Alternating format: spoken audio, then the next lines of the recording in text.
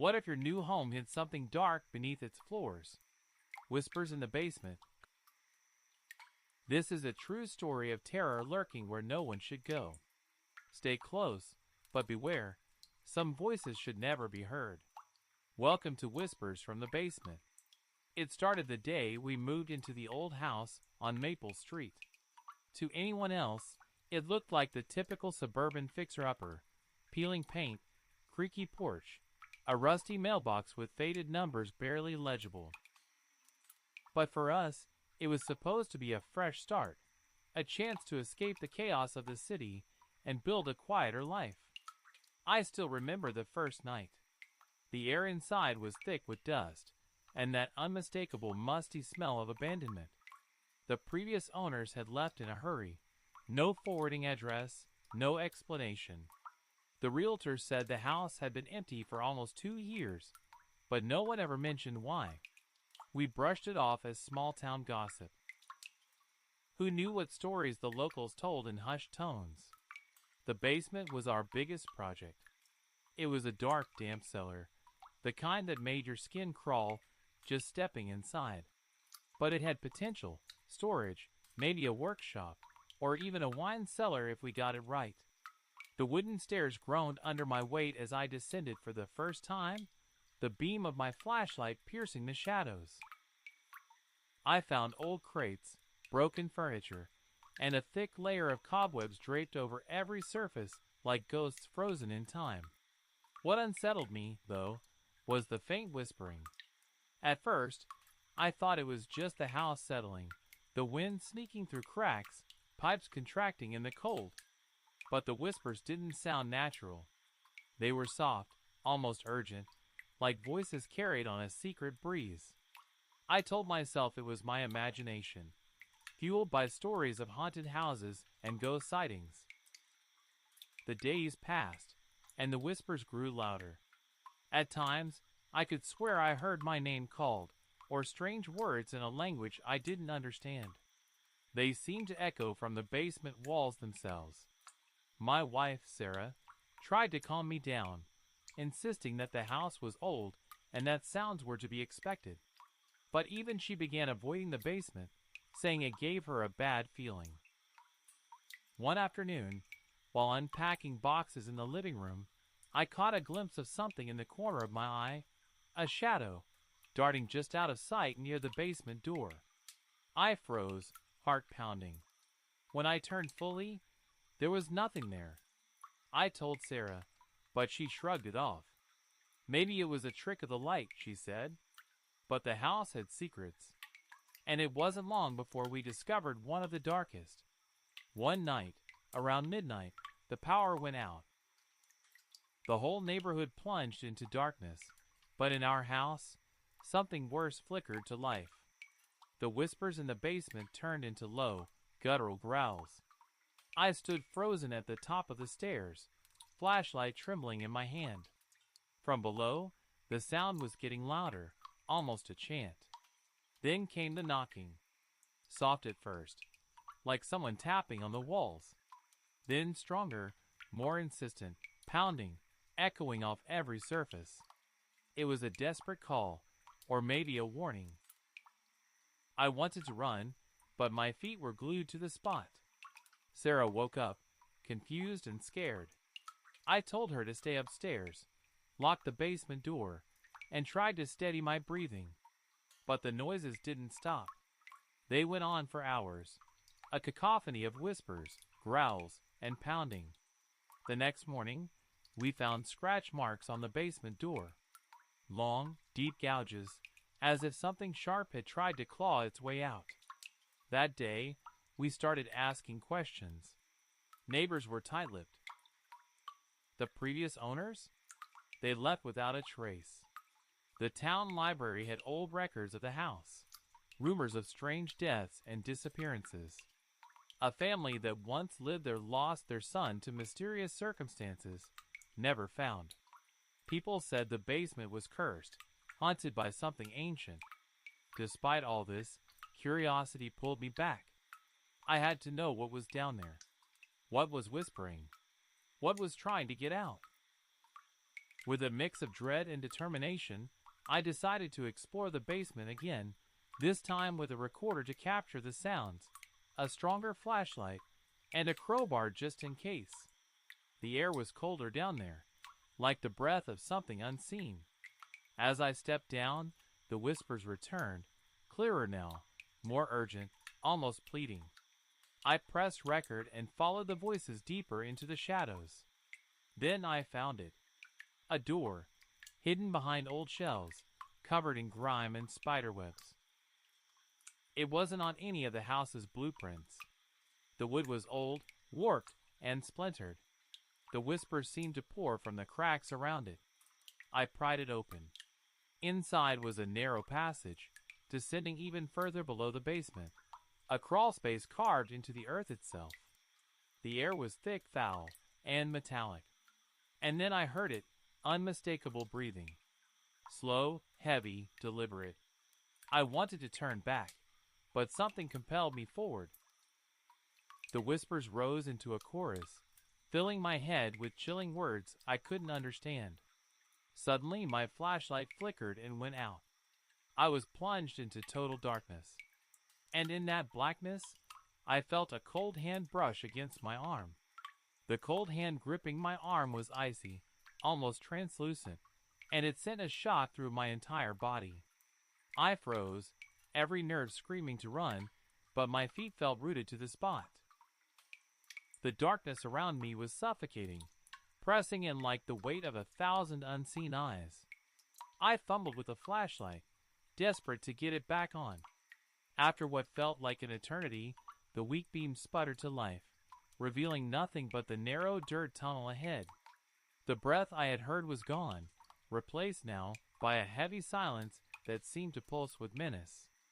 I swallowed hard and forced myself to step forward, inching deeper into the crawl space. The walls were damp and rough, pressing close as if trying to crush me from all sides.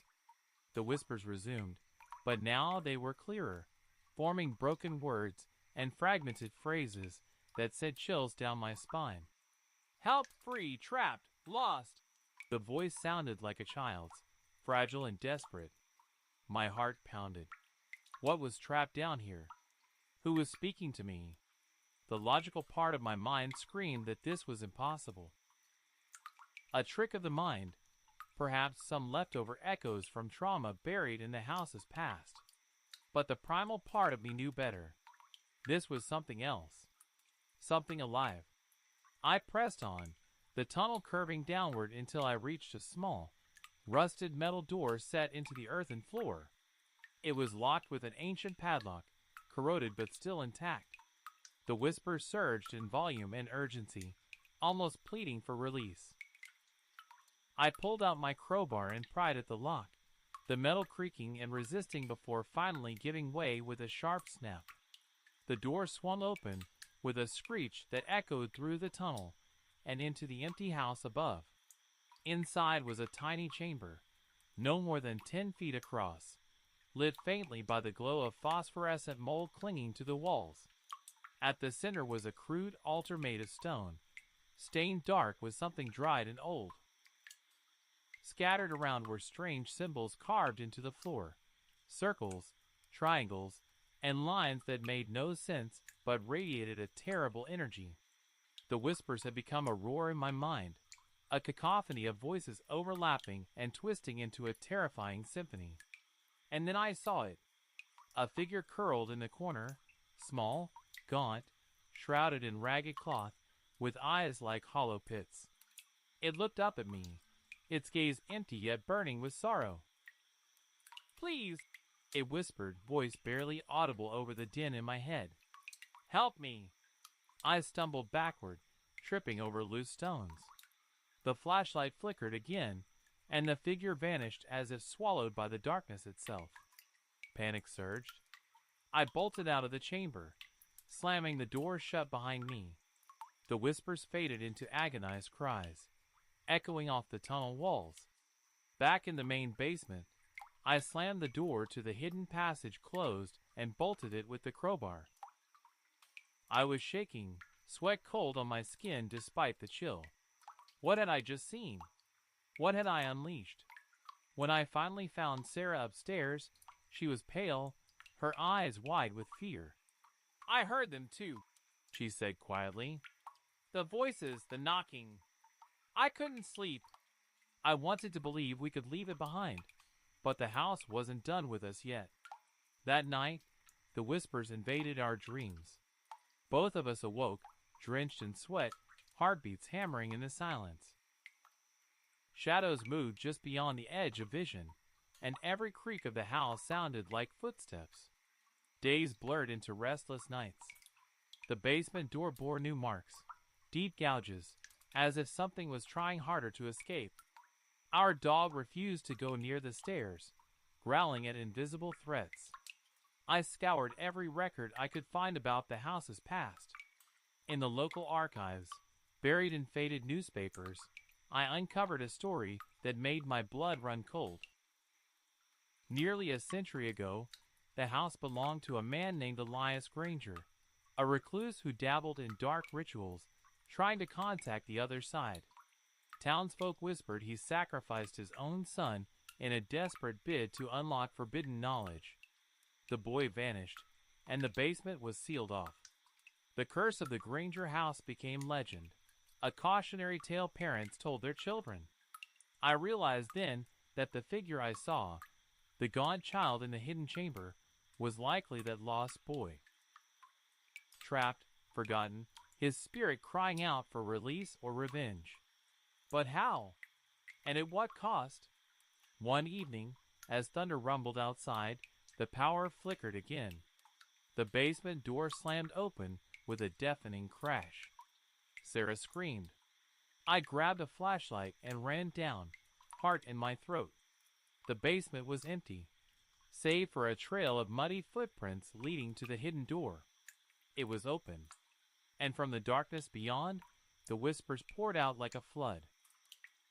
The whispers weren't just sounds anymore. They were a presence, filling the air with a cold that seeped into my bones. As I stood at the threshold of the hidden passage, the basement behind me felt like it was closing in. The house itself seemed to be breathing, alive with a dark, ancient force. Sarah was crying upstairs. Her voice cracked with fear, pleading for me to come back, to leave it alone. But I knew I couldn't. Whatever haunted this house wasn't done, and now it was waking. The muddy footprints led deeper into the crawl space, fading as if whoever, or whatever, had made them was still close by, watching, waiting. My flashlight's beam trembled as I advanced, the whispers twisting into words that burned themselves into my mind. "Free us! Take us! Join us!" The air thickened, heavy with the scent of damp earth and something far fouler, decay, rust, and a faint trace of sulfur.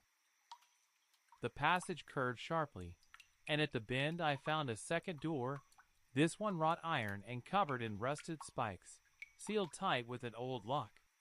The whispers crescendoed into a frantic howl, pressing on my ears like a physical force. My hand shook as I forced the lock open with the crowbar.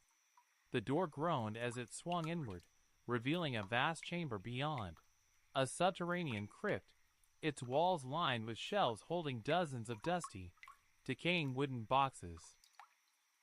Inside one, I glimpsed fragments of old bones, small, human, perhaps the remains of children.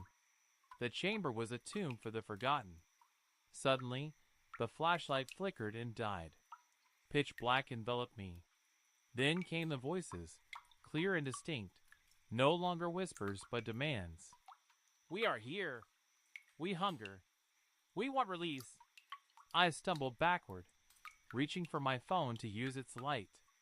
As the beam cut through the darkness, I saw them, figures emerging from the shadows.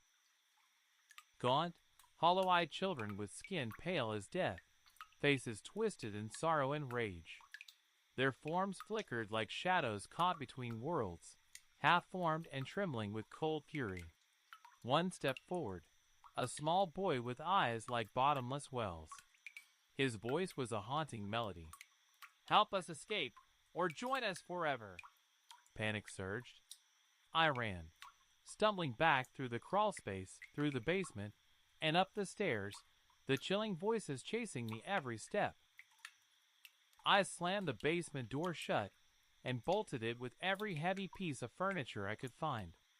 Sarah was waiting, terrified and exhausted. "We have to leave," I said, voice shaking. "This house isn't safe." She nodded, clutching my arm. "But what about them? Those children, they need help." I didn't know. I didn't know if we could help or if we were doomed to become part of their eternal torment.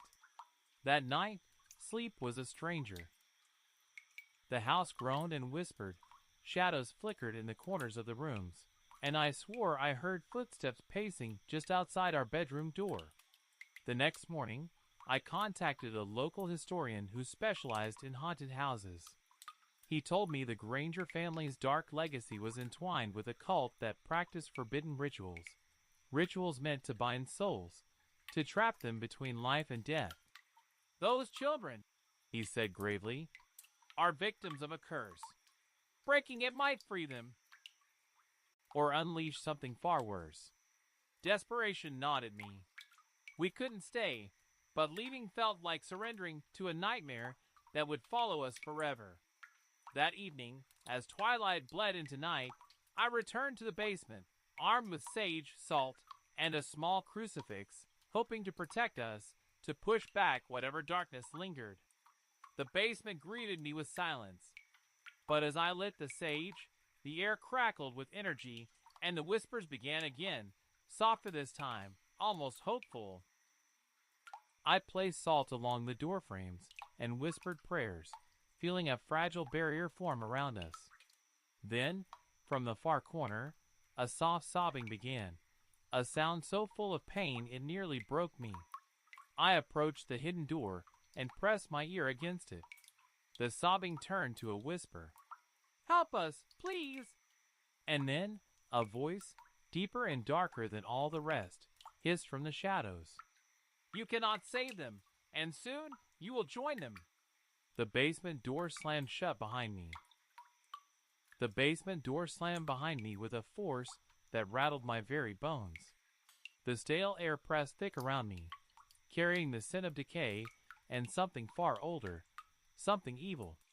I spun around, hard hammering, searching for the source of the deep, sinister voice that had spoken from the shadows.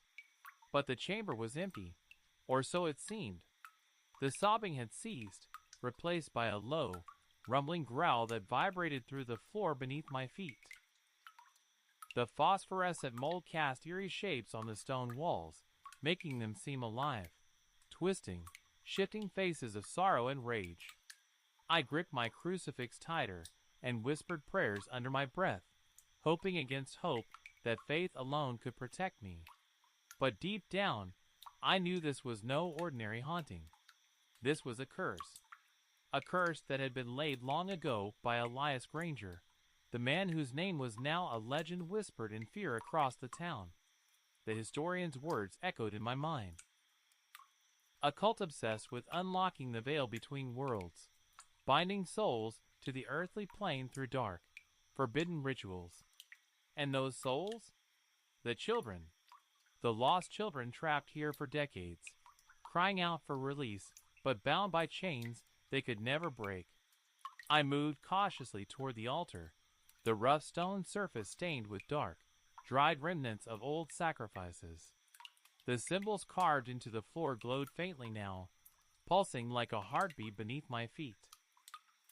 On the altar lay a weathered book, bound in cracked leather and etched with strange, ancient glyphs. The moment I touched it, a shock ran through my fingers, like electricity mixed with ice. The whispers returned, louder than ever, filling the chamber with a terrible urgency. "Break the seal! Free us all!" I opened the book, careful not to disturb the brittle pages more than necessary. The text was written in an archaic language, but a folded scrap of paper caught my eye. It was a crude translation, instructions, or perhaps a ritual designed to undo what had been done. The ritual required a sacrifice, not of flesh, but of spirit. a willing soul to enter the void and sever the bindings holding the children captive. I stared at the page, mind racing. Could I do it? Could anyone? A sudden crash from upstairs jolted me back to reality. The house trembled as if alive with fury.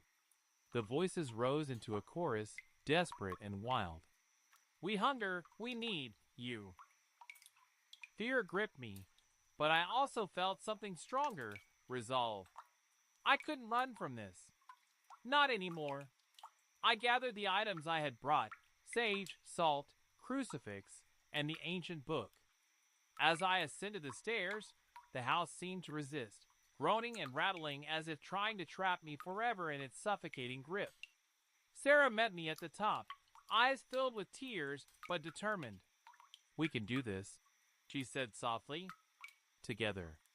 The night stretched before us, endless and full of shadows. We prepared the ritual in the basement, tracing salt circles, lighting candles, and reading the incantations from the book. As the final words left my lips, the temperature dropped sharply. The wall seemed to bleed shadows, and the faces of the trapped children appeared in the darkness, their hollow eyes pleading. The air pulsed with energy as a vortex of shadows swirled at the center of the altar, growing larger, threatening to engulf us. A voice whispered in my ear, colder than death itself. Join us, or be consumed. I felt my soul strain against invisible chains. The price of freedom was steep. Suddenly, the figure of the boy, the one I had seen before, stepped forward from the darkness, reaching out with a trembling hand. Help me break free, he whispered. With a final surge of courage, I reached into the vortex, feeling cold seep into my skin, the pull of the void trying to drag me in. But I held on. To Sarah, to hope, to the light. The room exploded with energy as the ritual reached its climax. And then, silence. The shadows vanished. The house was still. We were alone. Or so we thought. The silence that followed the ritual was almost deafening. The shadows had receded, the heavy air lightened, and the oppressive weight that had hung over the house seemed to lift, if only for a moment. Sarah and I stood trembling, sweat mingling with tears, catching our breath in the eerie calm. The altar was cold, the symbols on the floor dimmed to faint scratches. For the first time in weeks, the basement felt empty. I wanted to believe it was over. But then, a faint whisper brushed past my ear. Thank you, but beware. A chill ran down my spine. I scanned the darkness, heart pounding, but saw nothing. We left the basement and bolted the door shut tighter than before. Days passed with an unsettling peace. No whispers, no scratching at the walls. Even the dog relaxed, finally exploring the house without fear. Yet, something had changed in me. A hollow space where part of my soul still lingered in that dark chamber, caught between worlds. One evening, as I unpacked a box of old belongings, I found a small, carved wooden figure, a likeness of the gaunt boy from the basement. I never brought it home. I don't know how it got there. And when I showed it to Sarah, her eyes widened in terror. We're not done, she whispered. The house still watches us. And sometimes, late at night, I hear the faintest whisper from beneath the floorboards. I'm waiting.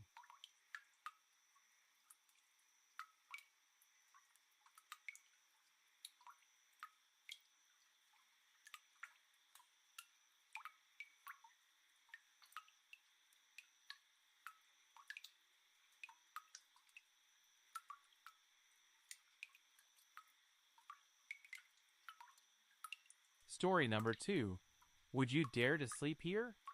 The house had stood abandoned for decades, its hollow windows staring like empty eye sockets into the night.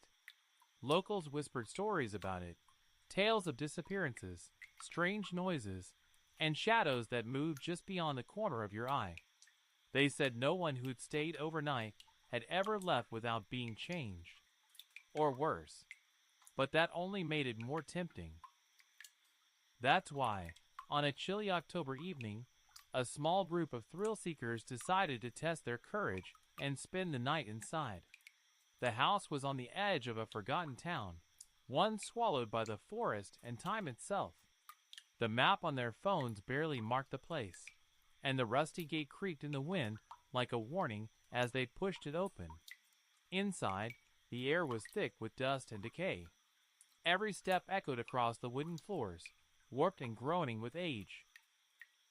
The wallpaper peeled away in long strips, exposing faded, stained plaster beneath.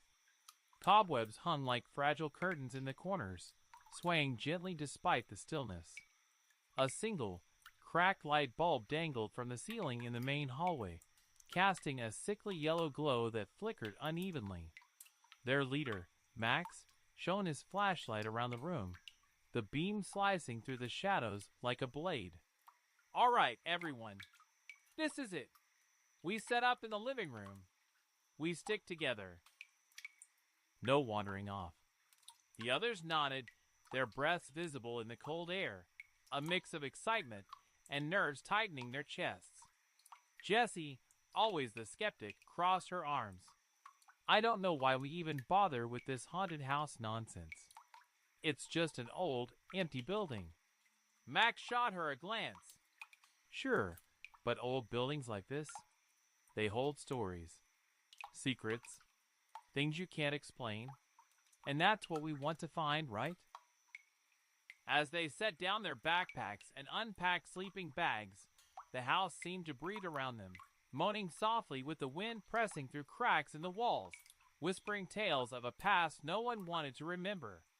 The clock on the mantel, long frozen at 3:13, sat crooked.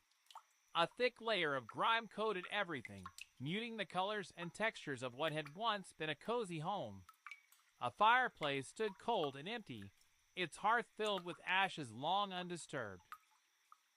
Above it, a portrait of a stern-looking woman stared down, eyes seeming to follow the group as they moved. Hours passed. Stories were told to fill the silence. Nervous laughter masked the increasing tension as shadows played tricks on their eyes. The floorboards creaked just a little too often, and the wind's howling sounded almost like a voice pleading for something. Around midnight, Jessie was the first to notice it. A soft tapping, barely audible at first, like the gentle knock of fingers on wood. She turned to Max. "Do you hear that?" Max stopped talking, his expression tightening. The others quieted, ears straining in the dark. Tap, tap, tap. Slow, rhythmic, coming from somewhere below them. The basement. No one had dared to check it out. The door to the basement was shut tight, a heavy wooden slab with rusted hinges. It had always been locked, or at least that's what they thought. Now, the sound persisted, a steady knock, as if someone or something was trying to get out. Or in. Max took a deep breath, the bravado fading from his voice. "I'm going to see what that is." Jessie tried to stop him. "Wait, maybe it's just the wind." But curiosity, or perhaps something darker, pushed Max forward. He grabbed the flashlight, flicked it on, and carefully opened the basement door. It groaned in protest, revealing a narrow, winding staircase disappearing into utter blackness. He descended slowly. The tapping grew louder, echoing off the stone walls. Halfway down he paused, shining the light around the cramped space. No one was there. Then the tapping stopped. Silence. Suddenly, a cold breath hit his neck. Max spun around, flashlight shaking in his hand. But nothing was there. He called up, "It's nothing. Just an old house settling." But when he looked back down the stairs, the basement seemed to stretch endlessly into darkness, far deeper than the house's foundations should allow. And from the black void beneath, a faint, chilling whisper began to rise. "Stay, don't sleep here." Max's flashlight flickered, and the basement door slammed shut above him with a deafening bang. "Would you dare to sleep here? The night is just beginning." Max is trapped, The house is waking up. The sound of the basement door slamming above him sent a shock through Max's body. He bounded up the steps 2 at a time and slammed his fist against the door. "Jesse! Open the door! What the hell?" Silence. "Guys?" He yelled louder, panic rising in his throat. "This isn't funny!" But no voices answered. No footsteps approached. The house had gone deathly still, eerily quiet, as if it had swallowed the others whole. Max pounded harder. The wood didn't budge. His flashlight flickered again, and a sudden, sharp click came from below. His breath caught. He turned. At the foot of the basement steps, something moved. Slowly, deliberately. The light wavered as he aimed it downward, hands trembling.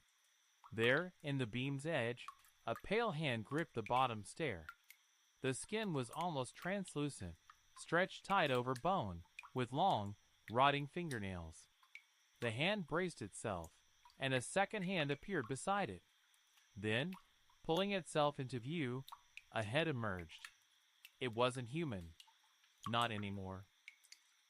Its face was a mask of desiccated skin, the mouth hanging open in a permanent, soundless scream. No eyes. Just black, cavernous pits where they should have been. It tilted its head at Max like a dog sniffing something unfamiliar. Then it started climbing. Max screamed and threw his shoulder into the door again. "Help me!" Nothing. He backed away, slipping on the step. The flashlight tumbled from his grip, clattering down the stairs and dying with a final spark. Darkness. Scraping. Wet, shuffling sounds. Breath that wasn't his. Then silence. The door suddenly creaked open behind him. Max turned and bolted out, gasping, tumbling into the hallway, hitting the floor hard. He looked up. Jesse stood there wide-eyed. "What happened?" "You've been gone for almost an hour."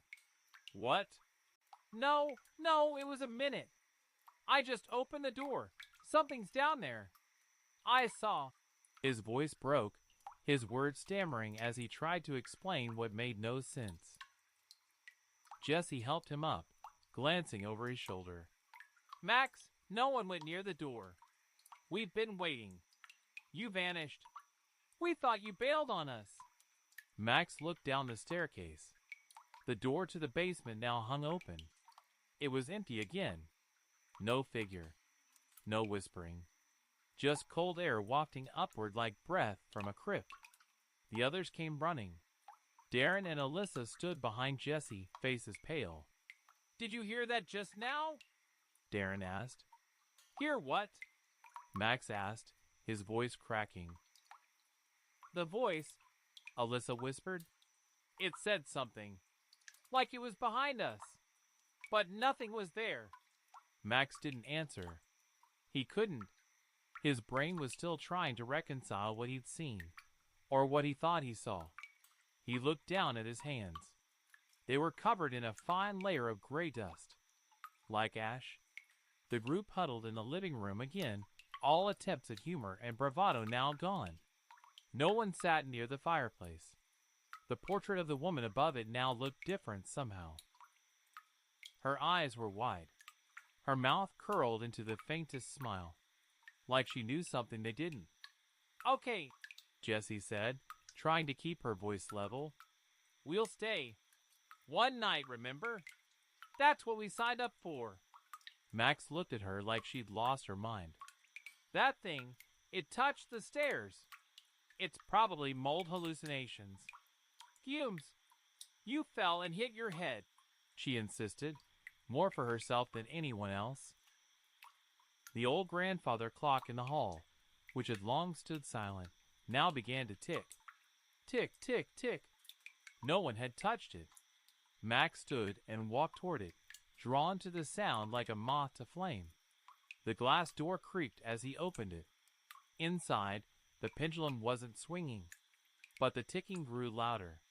He reached inside to stop it, just as a sharp crack rang out from the floor beneath him. A long splintering line split the wood under the clock, like something pressing up from underneath. Everyone jumped back. The clock's hands began spinning violently, blurring in circles. Then it stopped, exactly at 3:13. The air in the room grew heavy, the temperature dropping so suddenly their breaths misted in front of them. "We need to leave," Alyssa whispered. Max shook his head. "The car keys. They're gone. I left them right by the door when we came in. They're not there now." No one spoke. Outside, the wind howled, but it no longer sounded natural. It rose and fell in long, moaning wails, like a chorus of voices in pain. Something scratched at the windows. Not branches. Not animals. Fingernails. Hundreds of them. The fireplace roared to life with a sudden whoosh, flames licking up unnaturally tall, casting flickering shadows across the walls. Shapes twisted in the firelight, bodies writhing, crawling, reaching. And then the whisper came again. "You said you'd stay. You promised." The door to the basement slammed shut again on its own. And just like that, the house had made up its mind. They weren't just visitors anymore. They were part of it. The house has claimed them. But the night has only just begun. Max stared at the basement door, now shut tight once more. No one had touched it. No one had gone near it. And yet it had slammed itself like the house was angry. Jessie backed away slowly from the fireplace, its flames still roaring, though no wood fueled them. "That's not real fire," she muttered. "It's not real." "It can't be." But it was hot. The heat radiated outward in pulses, like the heart of the house was trying to burn itself into their memories. Darren moved toward the front door. "I don't care what's happening. We're leaving. Now." He grabbed the knob and twisted. Locked. He slammed his shoulder into it, over and over. The wood groaned but didn't budge. He threw his body into it one last time and stopped cold. On the other side of the cracked, dusty glass, he saw someone watching. A tall figure, perfectly still, pressed against the outside of the door like it had always been there, waiting. Its face was obscured, either missing or blurred by something unnatural. No eyes. No mouth. But somehow, it was watching. Darren's breath fogged the glass. Then the figure raised a hand, slowly, and pointed at him. Darren stumbled back. "There's someone outside! There's someone! Did you see that?" Jessie ran to the door, peered through the glass. Nothing. Just the dark porch, empty and still. "Darren," she said quietly, "there's no one there." "There was." His voice cracked. "It was right there, staring at me." Max turned toward the staircase. "We need to get out. Not just through the door. Upstairs. Maybe there's a window we can climb through." "You want to go upstairs?" Alyssa said, hugging herself tightly. "That's always where people die in these kinds of places. The attic? The mirrors? The dark corners?" "You can stay down here with the burning fireplace and the haunted clock," Max snapped. "But I'm not waiting around for whatever's in the basement to come back up." No one argued. They moved as a group, stepping carefully on the old wooden steps. Each one creaked and popped under their weight, like the house was groaning in protest. At the top, the hallway was pitch black. Their flashlights, dimmer than before, barely cut through the shadows. The air was colder up here, and smelled like old fabric and something wet, like mold or rot. Doors lined the hall, some open, others slightly ajar. Paint peeled from the walls in long strips, and water stains darkened the ceiling like spreading bruises. Jessie hesitated near the first door. "Should we split up and check the rooms?" "No," Max said quickly. "We don't split. Ever." They pushed the first door open. It was a child's room. A small wooden bed sat beneath a cracked window. Toys lay scattered on the floor. An eyeless teddy bear, a headless doll, a spinning top that spun slowly on its own, then stopped. The wallpaper had once been colorful, maybe a circus theme, but it was now faded to a sickly gray. Crayon scribbles covered the lower half of the walls, except they weren't childish doodles. They were jagged, frantic symbols. Circles, triangles, runes, repeated over and over and over, and carved deep into the closet door in childish handwriting. "I am still in the room," Alyssa gasped. "Nope. No. No, no, no." Darren stepped forward, reaching for the closet knob. "What if there's someone trapped in there?" "Don't," Max warned. But Darren already opened it. Empty. Just darkness and a row of old, dusty clothes hanging limp. Then thump! From inside the closet. A small, quick knock from deep within the wall. Everyone froze. Thump! Thump! Max pulled Darren back and slammed the closet door shut. "Next room," he whispered. They kept going. The second room was worse. A bathroom.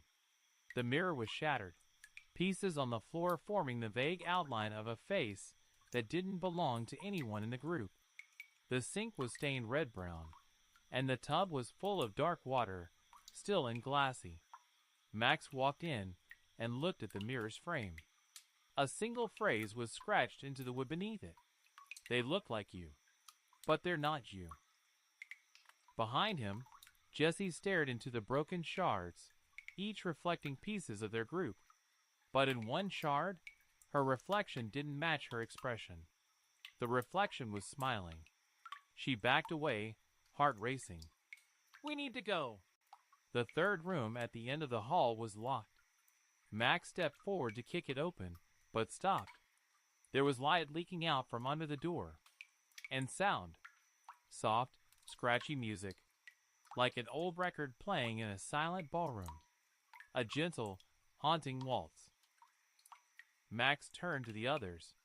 "Do you hear that?" "No," Alyssa said, voice trembling. "There's nothing." But Max did. He heard the music clearly. And worse, he heard footsteps in time with the beat, pacing slowly back and forth behind the door. "Someone's in there," he whispered. He leaned closer. The doorknob was warm. Then he heard it. A voice.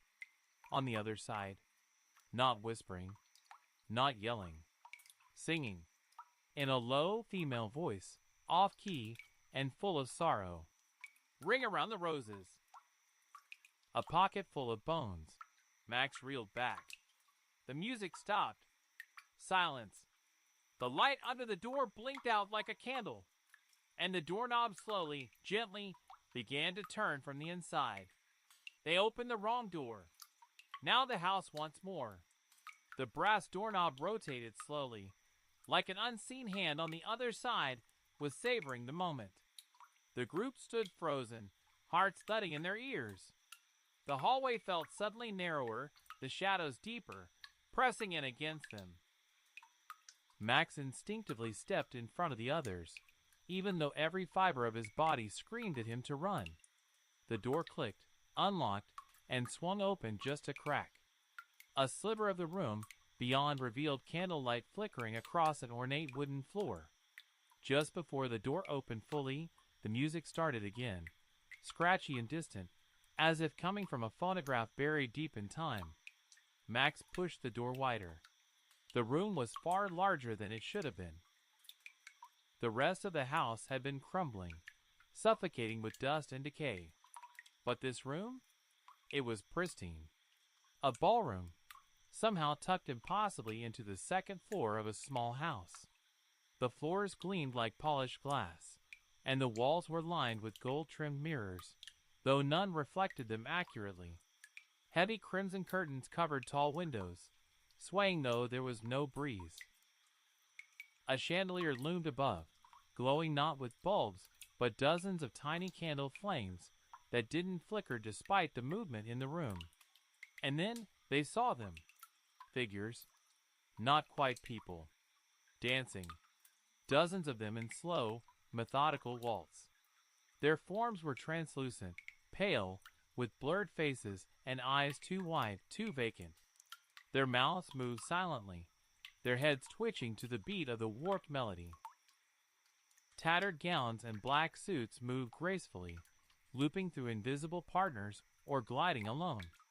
None of the dancers acknowledged the group, except one, a woman in a tattered white dress, her back turned to them.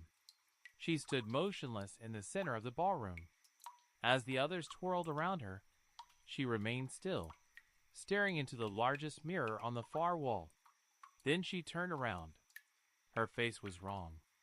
Not disfigured, not monstrous, but familiar. Too familiar. It was Jess's face. Exactly, down to the tiny scar under her left eyebrow. "Jessie," Max whispered, his mouth dry. That's you." Jessie stepped back, shaking her head. "No, that's not me. That's not." The doppelganger smiled slowly. Then she raised her hand and pointed at Jessie. All at once, the music stopped. Every dancer froze mid-step, head snapping toward the group, eyes wide, expressionless. And then they moved, not in a dance, but in a lurching, stuttered movement toward the doorway. "Go!"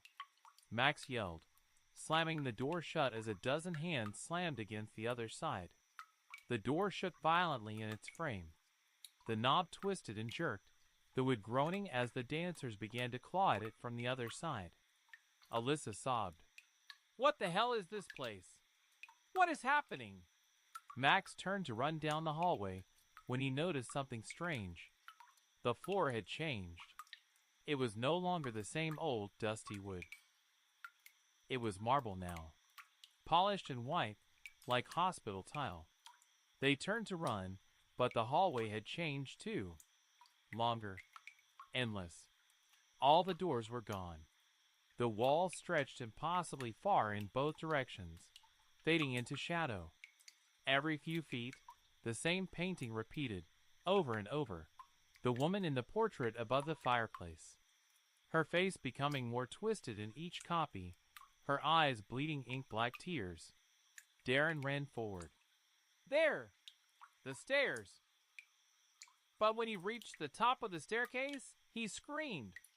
There were no stairs, just a black void where they used to be, like the house had erased the only exit. And then the lights went out. Total darkness. For several seconds, no one moved. The sound of their own breath filled the air. Shallow, shaky. And then a sound came from behind them. Something wet, slithering. Drag, slurp, drag. Max switched on his flashlight. It barely glowed now. The battery's nearly dead. In the dim circle of light, they saw a new door ahead. Metal, heavy, bolted, but something was moving toward them, from the darkness behind. Jessie pulled at the door handle, screaming, "It's locked! It's locked!" The dragging grew louder. It scraped the floor, something huge and flesh-heavy. Max reached for the emergency crowbar in his backpack and wedged it between the lock and door. With a violent jerk, the bolt snapped. They all rushed through and slammed it behind them. Silence. This room was different. Circular. Stone walls, lined with chains and rusted hooks. It looked like a medieval dungeon buried in the attic of a house that should not contain one. In the center stood an iron chair bolted to the floor. On the walls, names were carved, hundreds of them, some recent, others faded with time. Jessie walked up to one and traced it with her finger. "Eric Chambers," she read. 1983. Max scanned the others. "Sophie Tran. 1991. Ava Melton. 2007. Then Darren whispered, "Max, look." At the bottom of the wall, just recently carved, so fresh that it still bled sap, was a new name. Max Calloway. Next to it, Jesse, Alyssa, Darren, all of them, already engraved. We're not the first, Max said quietly. We're just next. Suddenly, the floor trembled. A low, guttural sound rose from beneath them, as if the house were clearing its throat. And then a voice, but not from any direction, from inside their heads. You've seen my halls.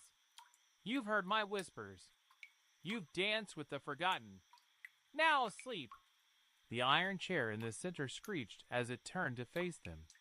And then, one by one, the chains along the walls unlatched themselves with sharp metallic clicks. Waiting.